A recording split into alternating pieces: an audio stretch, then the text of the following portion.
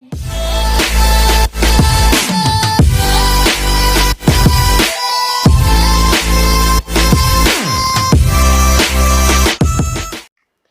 friends, welcome back again on the Homeopathy Medicos, and in this tutorial we will discuss a topic of spirometry which is a very important part of respiratory physiology. तो देखिए spirometry क्या होता है कि a medical procedure involve the measurement of different type of lungs volume and capacities and rate of flow of air in and out of the lung, है ना। तो basically देखिए जो लंग्स में हमें पता है कि हम ब्रीथ इनहेल और एक्सेल करते हैं, ठीक है, और सर्टेन अमाउंट ऑफ वॉल्यूम जो है उसी के थ्रू हमें जाती है लंग्स में और हमारे एक्सपायर के थ्रू हमारी बाहर आती है, और हमारे कुछ वॉल्यूम जो है वो परमानेंटली हमारे लंग्स में रहती है। तो इन सब में जो हमारे डिफरेंट डिफरेंट वॉल्यूम्स हमारे इन्वॉल्व होती हैं लंग्स से एसोसिएटेड जो हमारे होते हैं, उसकी स्टडी को करना हम बोलते हैं स्पायरोमेट्री। तो स्पायरोमेट्री जो है वो काफ़ी हमें बेनिफिट देता है from the clinical point of view, कि जैसे अगर इनकी जो नॉर्मल वैल्यूज होती हैं वॉल्यूम्स और कैपेसिटीज़ की जो हमारी नॉर्मल वैल्यू होती है, अगर उनमें कोई भी पैथोलॉजी डेवलप हुई है, ठीक है, कोई भी पैथोलॉजी डेवलप हुई है, तो ये स्पायरोमेट्री के थ्रू हमको इजीली हम इससे पता कर सकते हैं, हमें ये आइडेंटिफिकेशन में हेल्प करती है। तो बेसिकली देखिए होता क्या है कि जैसे स्पायरोमेट्री में कि आप पिक में देख रहे हो कि पेशेंट को जो है एक फिजिशियन ने माउथ के थ्रू जो है वो इनहेल और एक्सहेल करता है, ठीक है, फिजिशियन के कहने पे केवल माउथ का इसमें इन्वॉल्वमेंट होता है। एयर शुड बी इनहेल और exhale through the mouth, not through the nose. Okay, nose को जो है क्लिप के थ्रू उसे बंद कर दिया जाता है। उसके बाद जो है जब वो इनहेल और एक्सहेल करता है तो उसके करस्पॉन्डिंग जो डाटा है वो मॉनिटर पे डिस्प्ले होता है ना, और वो जो हमें ग्राफ मिलता है वहाँ पे वो होता है स्क्रीन पे, बोलते हैं उसको स्पैरोग्राम, ठीक है। स्पैरोमेट्री स्टडी हो गई, और जो ग्राफ मिलता है इस स्टडी के थ्रू वो स्पैरोग्राम बोलते हैं। स्पैरोग्राम क्या है? The graph between volume versus time graph of the breathing pattern of the subject या पेशेंट। ओके, तो देखिए इसको स्टडी करने के लिए मैं केवल इसमें जो फंडामेंटल जो इसके पार्ट होते हैं स्पैरोग्राम के, कौन कौन से कंपोनेंट होते हैं, है ना, और उनके थ्रू कैसे हम कैपेसिटी निकालते हैं वो केवल हम स्टडी करेंगे, ज़्यादा हम इसके क्लिनिकल पॉइंट ऑफ व्यू में नहीं जाएंगे। ओके, तो देखिए होगा क्या कि हमें पता है कि नॉर्मल जो हमारी लंग्स की वॉल्यूम होती है वो 6000 है ना, ये ml में है, तो 6 लीटर तक हमारी लंग की वॉल्यूम होती है, ठीक है।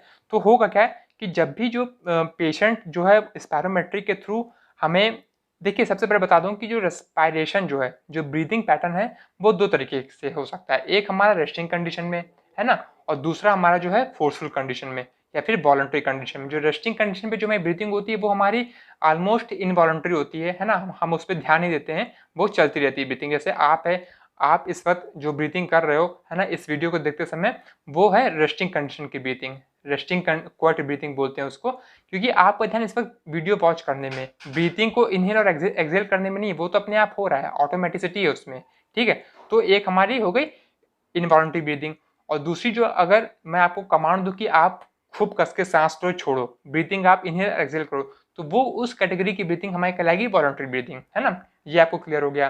तो देखिए सबसे पहले जो ब्रीथिंग हमारी होती है कि जिसमें पेशेंट जो है रेस्टिंग कंडीशन में ब्रीथ करता है ना, जैसे स्पैरोमेट्री के थ्रू उसने रेस्टिंग कंडीशन पे ब्रीथ कर रहा है, inhale exhale, inhale exhale, inhale exhale. तो इसके करस्पॉन्डिंग जो आप वॉल्यूम आप देख रहे हो जो कि लंग्स से अंदर जा रही है और बाहर आ रही है ना, इनहेल में अंदर जा रही है और बाहर आ रही है, तो उसकी करस्पॉन्डिंग जो वॉल्यूम हमारी लंग्स की होती है उसको बोलते हैं टाइडल वॉल्यूम। उसकी वैल्यू कितनी होती है? 500 ml, ये आपको पता है। ओके, उसके बाद जो है जब पेशेंट जब वो रेस्टिंग कंडीशन पे जब वो ब्रीथिंग कर ही रहा था, है ना, कोविड ब्रीथिंग जब वो कर ही रहा था, इनहेलिंग पॉइंट पे, इनहेलिंग पॉइंट के सबसे अल्टीमेट या एपेक्स पोजीशन पे, ठीक है, एपेक्स वैल्यू पे या फिर हाईएस्ट वैल्यू पे, हाईएस्ट टाइडल वॉल्यूम की वैल्यू पे, है ना, फिजिशियन ने उससे कहा कि जितना जो तुम और सांस खींचो, जितना खींच पाओ फोर्सफुली। तो सब्जेक्ट ने, है ना, फोर्सफुली जो है इनहेल किया, है ना, इनहेल किया, तो जितना ये इनहेल कर पाया, और ये कितना कर पाएगा, जितनी लंग्स की मैक्सिमम वॉल्यूम है, कितना 600 तक, सॉरी 6 लीटर तक, तो उसने 6 लीटर तक क्या किया, उसने इनहेल किया, है ना, आफ्टर नॉर्मल टाइडल वॉल्यूम या फिर आफ्टर नॉर्मल इनहेलेशन, है ना, नॉर्मल इनहेलेशन है, इसके बाद एक्सहेलेशन आ जाएगा। तो इनहेलेशन के बाद जितना और सब्जेक्ट जो है वो इनहेल कर पाए फोर्सफुली, अपने लंग्स में एयर जितना भर पाए, उसको बोलते हैं inspiratory reserve volume. Okay, inspiratory ये रिजर्व होती, वॉल्यूम रिजर्व होता है ना कि हाँ इसमें जो है पेशेंट जो है और ले सकता है ना, ये रिजर्व होती जगह इंस्पायरेशन के लिए। वैसे नॉर्मल ब्रीदिंग में चलता रहता है, अगर हम उससे कहें कि और लो, ठीक है, तो एक वॉल्यूम उसके लिए लंग्स में रिजर्व होती है इंस्पायरेशन के लिए, तो उसी के करस्पॉन्डिंग जो फोर्सफुल तरीके से जो इनहेलेशन हो जाए उसको बोलते हैं इंस्पायरेटरी रिजर्व वॉल्यूम। इसकी वैल्यू कितनी होती है, इसकी वैल्यू में आप देख सकते हो कि 3 लीटर होगी, है ना, अभी वैसे इतना। ओके, ये 3 लीटर हो गई हमारी। उसके बाद जो है फिर ये नॉर्मल पोजीशन पे ये अपने आया, है ना, नॉर्मल पोजीशन पे आया, फिर ये इंस्पायरेशन मतलब जो है टाइडल वॉल्यूम करने लगा रेस्टिंग कंडीशन पे, ठीक है। अब ये जैसे ही जो है ये मतलब टाइडल वॉल्यूम के एक्सिलेशन पॉइंट पे था, है ना, एक्सिलेशन पॉइंट पे था, तो इससे कहा गया कि और तुम जितना, फिजिशियन ने कहा कि जितना और खींच मतलब सांस को एक्सेल कर पाओ एक्सेल करो फोर्सफुली। तो ऑब्वियसली ये तो हमारी जो रेंज थी ये नॉर्मल थी, तो इसके बाहर जो है जब जाएगी तो वो फोर्सफुल एक्सपायरेशन करना पड़ेगा। तो यही जो है आफ्टर नॉर्मल एक्सिलेशन, है ना, या फिर after normal exhalation of tidal volume the amount of the air which the subject can expire which the person can exhale, है ना, forcefully, is known as expiratory reserve volume.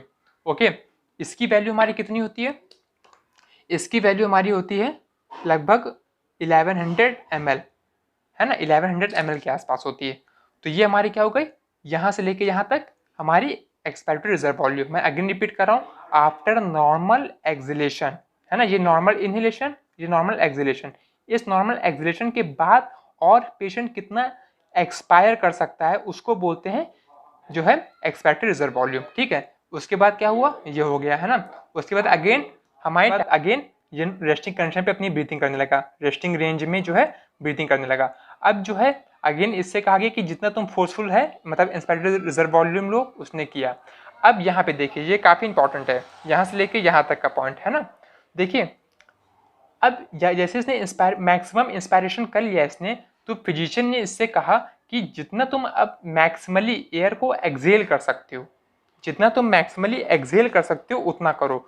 तो after forceful inspiration, ये forceful inspiration का range है ना, inspiratory reserve volume जो है वो फोर्सफुली इंस्पायरेशन होता है। तो after forceful inspiration the subject which the amount of the air which the subject can exhale. तो देखिए यहाँ से पूरा यहाँ तक तो मैं नॉर्मल टाइडल वॉल्यूम था, तो यहाँ से और कितना ये एक्सेल कर सकता है, इस एक्सपायरेटरी रिजर्व वॉल्यूम, है ना। तो यानी कि यहाँ से लेके यहाँ तक जो है after normal after forceful inspiration the maximum amount of the air which the person can exhale is known as क्या, वाइटल कैपेसिटी।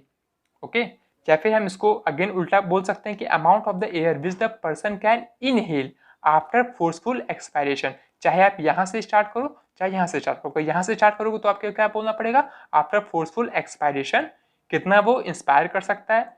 अगर आप यहाँ से कर रहे हो तो आफ्टर फोर्सफुल इंस्पायरेशन वो कितना एक्सेल कर सकता है ना, कितना मैक्सिमम एक्सेलेशन कर सकता है। तो ये जो आपकी रेंज होती है जो पिंक कलर से आप देख रहे हो ये वाइटल कैपेसिटी है। इसकी कितनी वैल्यू होती है, इसकी तकरीबन होती है 6000 माइनस 1300, तो ये लगभग हो जाती है हमारी 47 ml के आसपास, है ना। तो ये हमारी वाइटल कैपेसिटी हो गई। फिर अगेन जो है पेशेंट ने अपनी रेस्टिंग कंडीशन अचीव की। ओके, तो इस तरह जो है होता है ये पूरा स्पैरोग्राम जो है इसी तरह हमारे चलता रहता है एज डिपेंडिंग ऑन द जो फिजिशियन है ना, जो रेस्पिरेटरोलॉजिस्ट है वो किस तरह उसको कमांड देता है किस पॉइंट पे, उसी करस्पॉन्डिंग हमें वॉल्यूम जो है मिलती रहती है।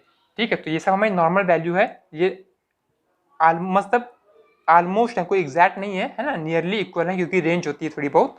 ओके, तो ये ऑलमोस्ट वैल्यूज हैं जिसके करस्पॉन्डिंग हमारे नॉर्मल स्पायरोमेट्री हमारी होती है।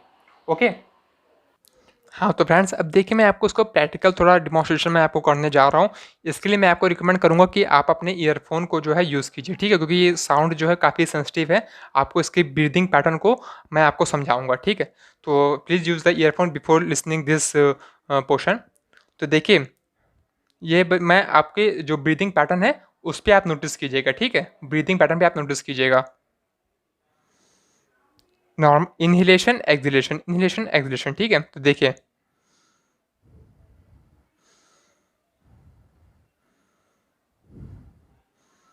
अब यहाँ पे सांस ले ही रहा था, उस फिजिशियन ने कहा कि और जितना तुम इंस्पायरेशन कर सकते हो करो, ठीक है। तो फोर्सफुली किया, ये मैक्सिमम जो वॉल्यूम है मैंने इंस्पायर कर लिया, ठीक है। ये इंस्पायरेटरी रिजर्व वॉल्यूम हो गया। अब मैंने छोड़ा इसी करस्पॉन्डिंग, है ना। उसके बाद अगेन, अब यहाँ पे मैं एक्सेलेरेशन, नॉर्मल एक्सेलेरेशन पॉइंट पे था। अब मुझसे फिजिशियन ने कहा कि अगेन तुम जितना छोड़ पाओ, है ना, जितना तुम एक्सेल कर पाओ करो। तो मैंने क्या किया, एक्सेल किया। ये जो है ये मेरा एक्सेलेरेशन पॉइंट हो गया। अगेन इस तरह उसके बाद जो है फिजिशियन ने कहा कि इंस्पायर करो, है ना, फोर्सफुली। अब फिजिशियन ने मुझसे कहा कि तुम जितना एक्सपायर कर सकते हो, जितना फोर्सफुली एक्सेल कर सकते हो वो करो। ये जो है एक्सेलेरेशन हो गया, ओके। उसके बाद अगेन ये प्रोसेस चलता रहता है, जितना वो फिजिशियन के कमांड कहने पे वो करता रहता है। तो ये सब बेसिकली हमारी वॉल्यूम्स होती हैं, तो हमें पता होना चाहिए। अब देखिए, अब आप यहाँ पे देख रहे हो कि ये जो वॉल्यूम है, स्पैरोमेट्री है ना, ये केवल एक रेंज तक है, मतलब यहाँ से लेके इस लाइन तक, यहाँ पे नहीं आ पा रहा है, ठीक है। तो जो जितना हम एयर जो है, जहाँ पे अनडिस्टर्ब जो एयर का पोर्शन है वो कौन सा है, रेसिडुअल वॉल्यूम, जो कि परमानेंटली हमारे लंग्स में रहती है, उसको हम जो है डिस्टर्ब नहीं कर सकते, चाहे वॉलंटरी चाहे इनवॉलंटरी। वो केवल हमारे कब चेंज होती है, कब हमारी जब कोई पैथोलॉजिकल डिसऑर्डर जब हमारे होता है, रेस्पिरेटरी डिसऑर्डर, उस कंडीशन पे हमारी चेंज होती है। जैसे COPD, जिसमें हमारा ये रेस्पिरेटरी ये रेसिडुअल वॉल्यूम जो है वो बढ़ जाता है ना। और रेस्पिरेटरी पल्मोनरी डिसऑर्डर, जिसमें हमारा ये घट जाता है, ठीक है। तो इन सब चीज़ों में ये पैथोलॉजिकल डिफॉर्मिटीज़ होती है, तब ये रेसिडुअल वॉल्यूम हमारी चेंज होती है, ओके। तो इसको हम मेजर नहीं कर सकते रेस्पिरोमेट्री के थ्रू। तो यहाँ पे लिख सकते हैं हम,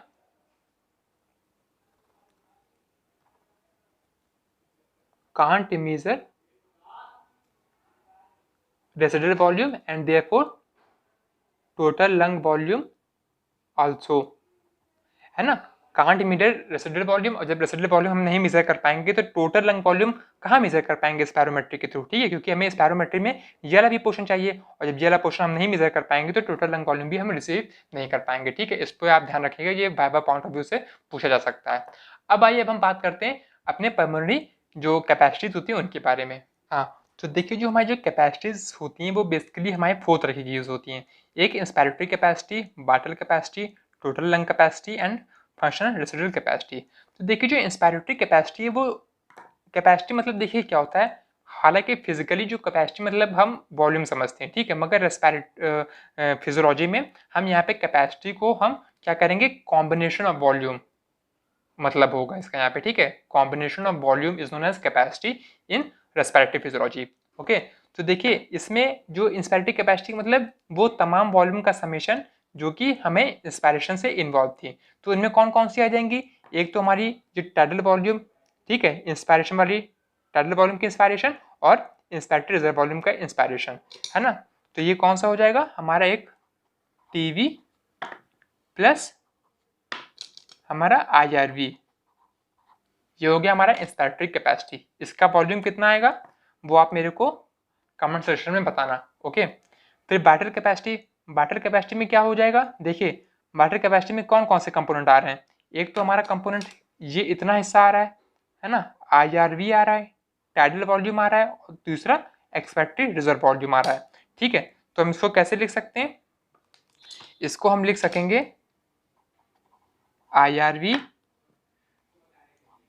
TV प्लस ERV, इन तीनों का जो है हम समेशन करेंगे। इसका वैल्यू कितना आएगा वो आप मेरे को कमेंट सेक्शन में बताना, ओके। और टोटल लंग कैपेसिटी जो है वो कितना होगा उसको देखिए, ये कितना होगा टोटल लंग कैपेसिटी, इतना और इतना, है ना। यानी कि बैटरी कैपेसिटी पूरा और residual volume, okay. Residual volume plus battery capacity, इन दोनों का जो समेशन होगा वो, है ना। उसके भी वैल्यू मेरे को कमेंट सेक्शन में बताइएगा। अब देखिए यहाँ पे क्या है कि जब टोटल लंग कैपेसिटी हम बोल रहे हैं तो आप डिफरेंट वे में इसको एक्सप्रेस कर सकते हो, residual volume plus battery capacity. Battery capacity को हम बाइफर्केट करके भी लिख सकते हैं, ERV TV प्लस ERV, है ना।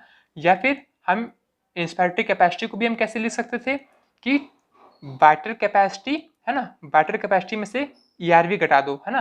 तो इतना पोर्शन जो है वो क्या रिप्रेजेंट कर रहा है, इंस्पायरेटरी कैपेसिटी।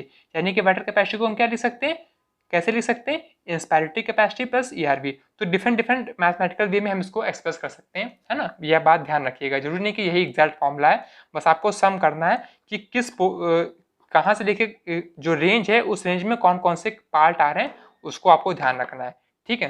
फिर यहाँ पे फंक्शनल रेसिडुअल वॉल्यूम कैपेसिटी मतलब जो कि हमारे लंग्स में प्रेजेंट होती है, और वो कितनी हो जाएगी हमारी, यस कितनी, ये हो जाएगी हमारी ईआरवी